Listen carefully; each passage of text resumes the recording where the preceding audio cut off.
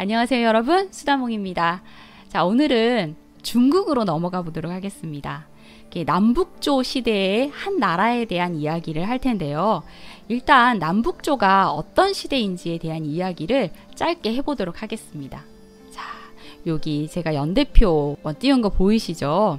자, 일단 후한이 멸망을 하고 위촉오 삼국의 혼란 시대, 잘 아시죠? 이 삼국의 혼란 시대를 거쳐서 서기 265년 서진이라고 불리는 이 진이 세워지지만 316년 흉노족의 족장 유연이 한나라를 세워서 이 서진을 멸망시키게 됩니다. 그리고 그 이후 화북지역, 즉 북조에는 5개의 이민족이 차지하면서 130년 동안 16개의 나라가 흥망성쇠를 거듭하며 혼란의 시대를 거치는데, 그 시대가 바로 5호 16국 시대이죠. 자, 이때 세워진 나라들은 정말 나라라고 하기에도 민망한 너무 짧은 역사를 뒤로하고 멸망한 나라들이 줄을 잇는데요. 이 5호 16국의 혼란이 북위로 정비가 되면서 420년부터 589년까지 약 170년간 이어지는 남북조 시대가 도래하게 됩니다. 자, 북위는 나중에 서위와 동위로 또 분열되었다가 다시 북주가 이 북조의 주인이 되지요. 이때 남조는 이 동진 말기에 무관이었던 유유가 세운 송을 시작으로, 그러니까 송, 제, 양, 진 이렇게 4왕조가 들어서게 되지요. 그리고 나중에 이 나라들이 통일이 되어서 수나라가 들어서고 당나라가 들어서게 됩니다. 자, 오늘은 이 남북조 시대에 세워진 이 북조에 세워진 나라 중에 서기 550년에 개국해서 28년이라는 정말 짧은 역사를 뒤로하고 멸망한 북제 이야기 하도록 하겠습니다. 북제가 28년밖에 존재하지 않았다고 제가 말씀을 드렸는데요. 그런데도 이 북제를 배경으로 한 드라마가 꽤 많이 있어요. 그만큼 굉장히 스펙타클한 이야기와 인물들이 많다는 것인데요. 이 북제의 인물들은 좀 이어서 좀 풀어볼 예정이고요. 오늘은 이 북제 4대 황제가 되는 고담과 그의 황후인 호태우, 그리고 북제를 뒤흔든 간신들 이야기 해보도록 하겠습니다. 이게 나라냐 싶은 그런 이야기가 펼쳐질 예정입니다. 자, 북위가 멸망을 하고 이 북제가 들어서기까지의 이 과정을 설명을 드릴까 하고 원고를 준비했다가, 사실은 고담의 아버지가 이름이 고환이거든요. 이 고환 이야기가 또 되게 재밌어요. 그래서 따로 고환 이야기를 할 때 이 북제가 들어서는 과정을 따로 말씀드리도록 하겠습니다. 자, 아직 북제가 들어서기 전 북위 시절에, 그러니까 북위가 멸망하기 직전에 실권을 잡은 사람이 바로 고환인데요. 고환이 사망을 하고 고환의 장남인 고징이 그의 뒤를 이었는데, 고징도 요리사 난경에게 살해당하게 됩니다. 결국 고양이 대권을 손에 넣었고 마지막 황제인 효정제에게 강제 양위를 받아서 황제가 됩니다. 그리고 550년 북제를 건국하니 그가 바로 문선제입니다. 고향은 처음에는 법제를 제창하고 노비 해방시키고 학교 세우고 수리시설을 건설하고 하면서 굉장히 많은 일들을 해요. 그런데 나중에는 완전히 술꾼의 폭군으로 변해버려서 많은 일화를 남기게 되는데요. 고향도 정말 할 말 많은 인물이라서 북제 건국 이야기할 때 다시 이야기하도록 하겠습니다.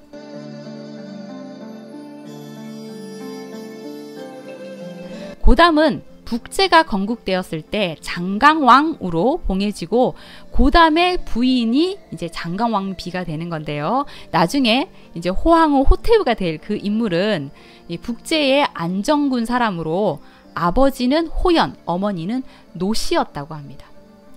이 초대 황제인 문선제 고향이 후궁을 뽑을 때 선발돼서 궁에 들어왔는데 워낙 미모가 출중해서 이 고담의 눈에 들어서 그의 아내가 된 것이라고 합니다.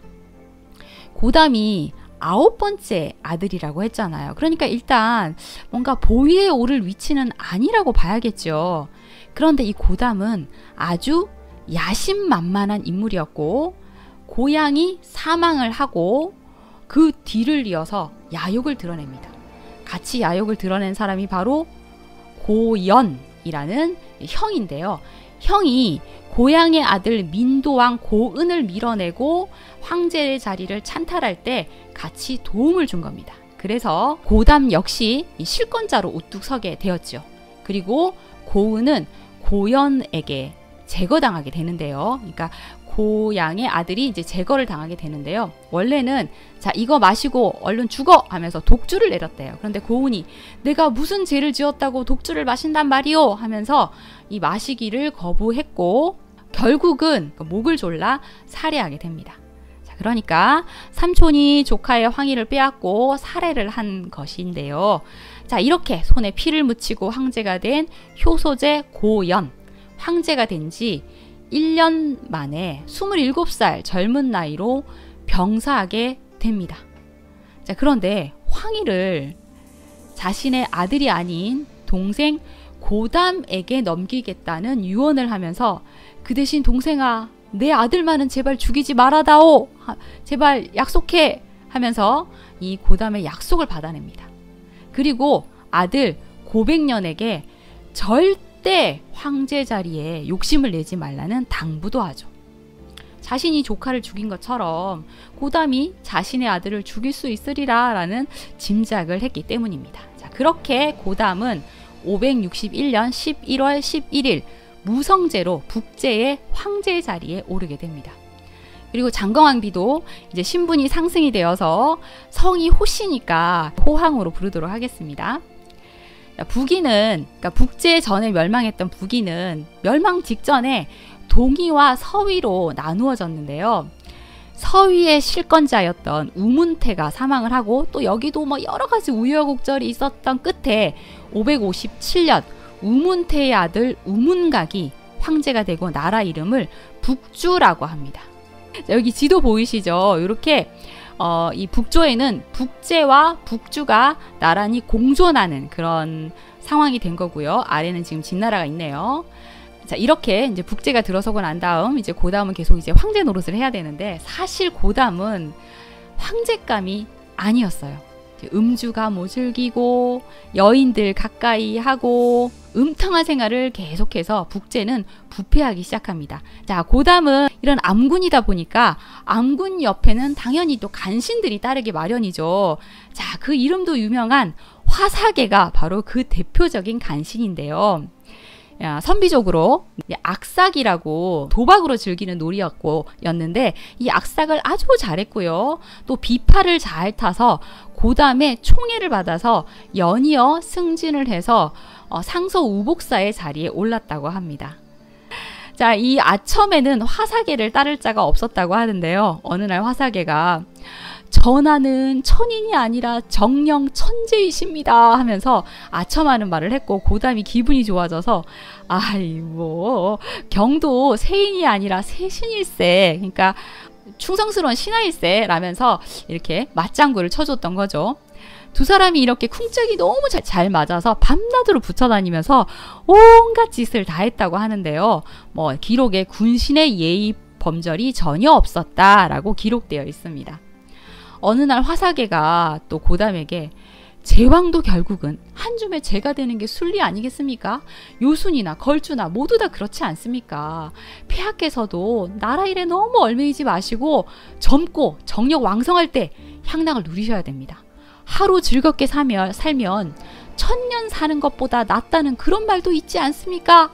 나라 일은 대신들에게 맡기면 그만이지 폐하께서 그렇게 노고하실 필요가 뭐가 있겠습니까? 하면서 고담이 즐기고 노는 것을 부추기는데요. 고담은 화사계에게 야 진짜 좋은 말이야. 경은 상나라 이윤이나 한나라 곽강처럼 걸출한 인재가 맞네 하면서 칭찬을 했다고 합니다.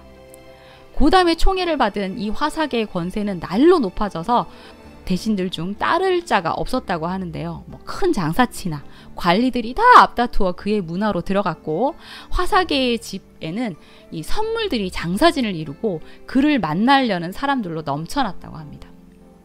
어느 날 화사계가 병이 들어서 누워 있었는데 어떤 사람이 찾아와서 이걸 드셔야 낫습니다 하면서 뭘 내밀어요. 그게 황룡당이라고 해서 해묵은 인분 아시죠? 인분 뭔지 아시죠? 그게 얼마나 냄새나고 구리고 더럽겠어요. 근데 그거를 마시면 낫는다는 거예요. 그래서 화사계가 이걸 어떻게 마셔 하면서 망설이는데, 그 사람이 꿀꺽 마시면 됩니다. 저 소인이 하시는 거 보십시오 하면서 그걸 단숨에 꿀꺽 들이키는 거예요. 그래서 화사계가 야, 너 진짜 대단하다 하면서 그 사람에게 감탄해서 관직을 올려줬다는 그런 일화가 있습니다.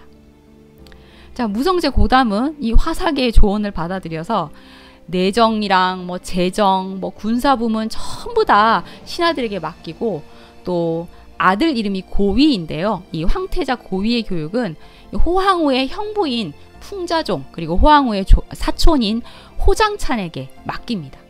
이게 다 맡겨버리고 자신은 한 3, 4일에 한 번씩 조정에 나가서 오늘 뭐 얘기할 거 뭐야 하면서 간단히 회의만 했던 거죠. 이렇게 노세 젊어서 노세를 계속 하는 고담인데요. 호황후 외에도 이제 당연히 여인들이 많았겠죠. 뭐 이씨, 팽씨, 왕씨, 마씨 등의 후궁을 두었고 정말 많은 여인들을 취했는데, 이번에는 죽은 형 고향의 황후인 이조아를 마음에 둡니다. 이 여인 이야기 또 하면 정말 할 이야기 많은데요. 어차피 북제 건국 이야기를 할 때 할 거니까 정말 황후 시절에도 너무너무 비참한 시간을 보냈는데, 남편이 죽은 후에도 그 운명이 달라지지 않습니다. 사실 남편 고향이 죽고 난 후에 자신의 아들 고은의 목숨이 위험하다라는 생각을 해서 양음, 정의와 함께 사실 정변을 일으키고 이제 고연이랑 고담을 이 업성 밖으로 쫓아내려고 했었어요. 그런데 이것이 누설이 돼서 결국 들키는 바람에 그들과 함께한 이들은 피살되고 고은은 결국 폐위당하게 되었죠. 그리고 이제 고연이 황제가 되었을 때는 자기 아들이 한 명 더 남아 있었거든요. 고소덕이라는 아들과 함께 조용히 숨죽여 지내고 있었습니다. 그런데 다시 고담이 황제가 되었고, 고담은 이 형수 이조아를 자신의 것으로 만들기 위해서 내 말 듣지 않으면 너 아들 하나 남은 그 아들 내가 죽여버리겠어 하며 협박을 합니다. 결국 이조아는 아들을 지키기 위해서 고담에게 굴복하고 말죠. 자, 그리고 얼마 지나지 않아서 이조아는 임신을 해서 배가 점점 불러오게 되는데요. 아들 고소덕이 이 사실을 알면 분노할 게 뻔했기 때문에 아들 모르게 하기 위해서 아들을 계속 피해 다녔다고 합니다. 자, 그런데 어느 날 아들이 어머니를 만나러 왔다가 이 어머니의 부른 배를 보고는 너무나 분노했던 거죠. 어머니가 임신한 것이 부끄러워 만나지 않은 줄 내가 모르는 줄 아십니까? 하며 소리치며 막 분통을 터뜨린 겁니다. 이에 이조아가 너무나 큰 수치심에 눈물을 뚝뚝 흘렸는데요. 이후 딸을 낳은 이조아는 자신의 손으로 그 딸을 죽였다고 합니다. 그러니까 어떤 문헌에는 딸을 낳은 후에 죽였다고 하고 어떤 문헌에는 스스로 유산을 시켰다라고 되어 있기도 합니다. 자, 이에 대노한 고담이 내 딸을 감히 죽이다니 나도 네 아들을 죽여버리겠다 하고 소리치면서 이조아가 보는 앞에서 아들 고소덕을 때려 죽이고는 후원에 묻어버립니다. 그리고 이조아 역시 채찍으로 마구 때려서 옷을 벗겨 이 하수구에 버렸는데, 간신히 목숨을 구한 이조아는 묘승사로 보내져서 비구니가 됩니다. 자, 이런 짓을 벌인 고담, 사실 이 형 고연의 원래 태자였던 보백년을 계속 경계하고 있었습니다. 조카를 살려주겠다고 약속을 하긴 했는데 사실 조카가 살아있는 것 자체가 뭔가 황희를 위협하는 그런 게 되니까 얘를 계속 살려둬도 되나 라는 생각을 했던 거죠. 자, 그러다가 564년 7월 가덕추라는 유생이 있었는데 이 고백년에게 서법을 가르치고 있었대요. 그런데 쓰라고 하니까 무슨 글자인지도 모르면서 고백년이 어떤 글자를 쓰게 되는데 그 글자가 칙서칙, 그러니까 칙자를 몇 개를 이렇게 따라 쓰게 됩니다. 사실 이 칙령을 내린다, 칙서를 내린다 할 때 이 칙자는 황제만이 쓸 수 있는 글자였는데 고백녀는 그것을 몰랐던 거죠. 가덕주가 잘됐다 하면서 이걸 가지고 가서 고담에게 보여줬고, 고담은 이를 구실로 조카 고백년을 궁으로 부릅니다. 다 앞뒤를 살펴보면 다 고담의 계략이었다라는 걸 알 수가 있죠. 당시 14살 소년이었던 고백년은 지금 가면 못 돌아올 것 같다라는 어떤 불길한 생각이 들어서 왕비인 공률씨에게 이별을 고하고 자신이 가지고 있던 이 옥결 아시죠? 장식품, 장신구를 반으로 쪼개어서 아내에게 주고 궁으로 향합니다. 자, 고백년이 이렇게 입궁을 하자 고담이 가덕주로부터 받은 그 칙자가 쓰여져 있는 종이를 보여주면서 네가 감히 황제의 글자를 써! 하면서 마구 호통을 친 후에 무사에게 저놈을 마구 때려라! 라고 명을 내려서 조카를 막 주먹으로 때리고 발로 차게 만듭니다. 그리고 뒤에 서 있던 위사를 시켜서 큰 몽둥이로 조카를 후려치게 하죠. 이때 다 죽어가던 고백년이 숙부 제발 목숨만 살려주십시오. 제게 목숨만 살려주시면 평생 숙부의 노복으로 지내겠습니다 하면서 애원하는 말을 하는데요. 고담은 들은 척도 하지 않고 벌떡 일어나서 단칼에 조카를 베어서 죽이고는 그 시체를 발로 차서 연못 속으로 던져버립니다. 그리고도 혹시나 얘가 살아날까 걱정이 돼서 다시 시체를 건져서 후원에 묻는 것까지 지켜보았다고 합니다. 이 고백년의 왕비 공률씨는 남편이 이렇게 비참하게 살해되었다는 소식을 듣고 며칠을 통곡하고 음식도 먹지 않았는데요. 그렇게 한 달여 만에 옥결을 손에 꼭 쥔 채 사망을 했다고 합니다.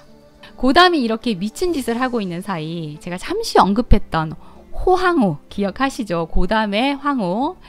사실 이제 고담이 이조화에게 빠져서 이조화의 거처인 소신궁에서 거의 살다시피 하고 다른 여인들과 놀아나고 자신을 전혀 찾질 않으니까 호황후는 밤이면 밤마다 너무나 외로웠습니다. 사실 호황후는 선천적으로 열정을 가진 그런 여인으로 혼자서 보내는 이 외로운 밤을 견딜 수가 없었던 거죠. 그래서 권례에 있는 남자들을 가만히 살펴보다가 황제가 신임하는 화사계를 콕 집게 됩니다. 화사계가 뭔가 인물이 좀 좋은 편이었나 봐요. 호황후가 화사계에게 나 어때? 하면서 은밀한 눈짓을 딱 보내자 화사계가 무슨 뜻인지 단박에 눈치를 채는데요. 지금은 황제의 총애를 받고 있지만 앞으로 어떻게 될지 모르니까 이 황후라는 보험을 들어서 나쁠 건 없지 라고 생각한 화사계가 이 호황후의 유혹을 받아들입니다. 자, 이렇게 짝짝꿍이 된 화사계와 호황후, 이제 어느 날 둘이서 악상놀이를 하면서 왜 그래 한 수 물려줘 이러면서 서로를 이렇게 치기도 하고 손을 잡기도 하고 하면서 이 악상놀이를 하고 있었어요. 그런데 고한의 아들 중 이제 고징이라고 있었죠. 이제 고징의 맏아들이면서 그러니까 고담의 친조카인 고소유가 그 장면을 보게 됩니다. 그래서 고소유가 깜짝 놀라서 아니 일국의 황후가 이 나라의 국모인데 어떻게 신하와 함부로 손을 잡습니까? 하면서 비난하는 말을 합니다. 그리고 고소유는 이 화사계와 호황후가 보통이 아니다. 쟤네들 지금 사통하는 사이인 게 분명해 하면서 그것을 증명하기 위해서 이 둘 관계를 조사를 하게 되었죠. 자, 이렇게 위기에 처하게 된 화사계. 결국 거짓으로 이 고소유가 반역을 깨했다는 혐의를 씌워서 고담이 너 반역을 깨했다며? 자, 이거 마셔! 하면서 37잔의 술을 연회에서 강제로 마시게 했는데요. 고소유가 몸이 좀 뚱뚱했대요. 그래서 몸에 열이 너무 많이 나서 37잔의 술을 마시고 몸에 열이 너무 많이 나서 그대로 물에 뛰어들어 죽음을 맞았다고 합니다. 자, 이렇게 고효유가 사망을 하자 고효유의 둘째 동생, 아래 동생인 하관왕 고효완이 있었는데요. 고효완이 형이 이렇게 죽임을 당했다는 소식을 듣고 너무나 분해서 풀로 사람을 만들어 놓고 활을 막 쏘면서 분노를 토하고 있었어요. 그런데 또 이 소식을 접한 화사계가 고담에게 고효완이 풀로 사람을 만들어 놓고 활로 쏘고 다닌다고 하니까 이건 분명히 폐하를 향해 쏘는 것일 겁니다. 라며 또 속살거리는 말을 합니다. 자, 그래서 또 고담이 그놈 잡아와 하면서 고효안을 잡아와 고문을 했는데요. 이때 고효안의 총애를 잃었던 희첩이 있었는데 총애를 잃으니까 너무 분해서 고효안을 모함하는 말을 또 합니다. 고효안이 폐하의 그림을 그려놓고 밤마다 울면서 이를 갈았습니다 하면서 말이죠. 사실 그런데 이 그림은 고효안의 아버지인 고증의 그림으로 아버님 너무 그립습니다 하면서 눈물을 흘렸던 것인데 이렇게 모함을 한 것이죠.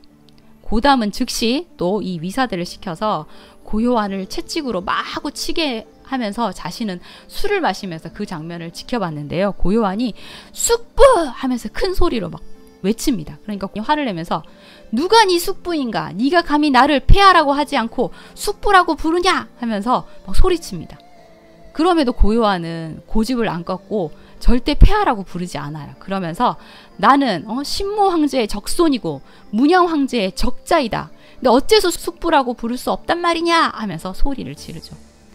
이에 고담이 화를 참지 못해 직접 몽둥이를 들고 이 고효안의 정강이를 마구 내리쳐서 조각을 내버렸고 고효안은 너무나 큰 고통에 결국 숨을 거두게 되었다고 합니다. 자, 화사계 외에도 또 다른 간신이 있었는데요. 산기상시 조정이라는 인물이 있었습니다. 역시나 아첨을 일삼는 간신이었는데요. 조정이 화사계에게 어느 날 지금은 우리가 황제의 총애를 받고 있지만 만약 황제께서 돌아가시면 아마 달라지지 않겠소? 하며 은근슬쩍 떠봅니다. 그래서 화사계가 좀 걱정이긴 해요. 근데 무슨 좋은 방책이 있어요? 하고 물었는데 조정이 그 앞에 있는 문양, 문선, 효소 황제들이 다 아들이 황제 자리를 잇지 못했잖아요. 그러니까 우리가 황제를 설득해서 미리 황태자에게 황위를 물려주면 어떻겠습니까? 하고 얘기를 하는 거예요. 이 일이 성사가 되면 태자나 황후나 모두 다 우리를 고맙게 여기지 않을까요? 라는 말을 합니다. 사실 이 말대로 그 앞선 선황제인 고진, 고양, 고연이 전부 다 황제 자리를 형제들끼리 뺏느라고 아들들이 황제 자리를 잇지 못했잖아요. 그러니까 이 점을 건드려서 뭔가 자리 보존을 해보자라는 그런 의도였던 거죠. 자, 564년 4월 하늘에 혜성이 나타났는데 태사관이 이는 옛것을 버리고 새것을 널리 펴는 상입니다. 주인을 바꾸는 일이 있을 것입니다. 라는 예언을 합니다. 자, 이 말을 듣고 두 사람 이때다 하고 외치면서 이제 고담을 설득하게 되는데요. 이 혜성의 징후가 보여주듯이 황제를 바꿀 때가 된 것 같습니다. 태자께 이 황위 자리 물려주시고 상황으로 편안한 삶을 즐기시는 게 어떻습니까? 라고 얘기를 했던 거죠. 그래, 그거 진짜 좋은 생각이다. 당시 음주가무에 빠져서 정신을 놓은 것이나 다름없었던 무성제 고담은 10살인 이 황태자 고위에게 양위하고 자신은 태상왕으로 물러나게 됩니다. 자, 이렇게 태상왕이 된 고담은 주색에 빠져 지내다가 결국 3년을 넘기지 못하고 568년 중병에 걸려서 33살 젊은 나이에 사망하게 됩니다. 죽기 직전 자신이 총애했던 화사계의 손을 덥석 잡고 부디 나의 기대를 저버리지 마시오 라고 외쳤다고 하는데요. 화사계는 이렇게 공명 대신으로 이 고담의 아들 고위의 신임까지 얻게 됩니다. 자, 이제 호황후는 태후가 되었고 남편이 이제 사망을 했으니 그 누구도 그녀의 행동을 지적할 수가 없었겠죠. 그래서 호태우와 화사계는 이제 숨기지 않고 연인 사이임을 과시하게 되는데요.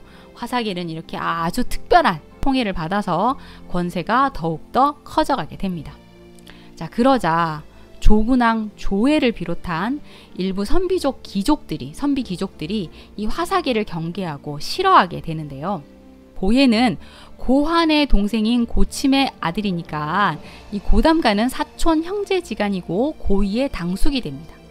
고예는 청렴하고 본분을 지키는 성품으로 이 화사계가 어떤 이불인지 잘 알고 있었기에 무성제 고담이 죽은 다음에 풍의광 고윤, 안덕왕, 그리고 고연정, 누정원, 원문효 등과 함께 연합을 해서 화사계를 지방간으로 자천시키라는 주청을 올리게 됩니다.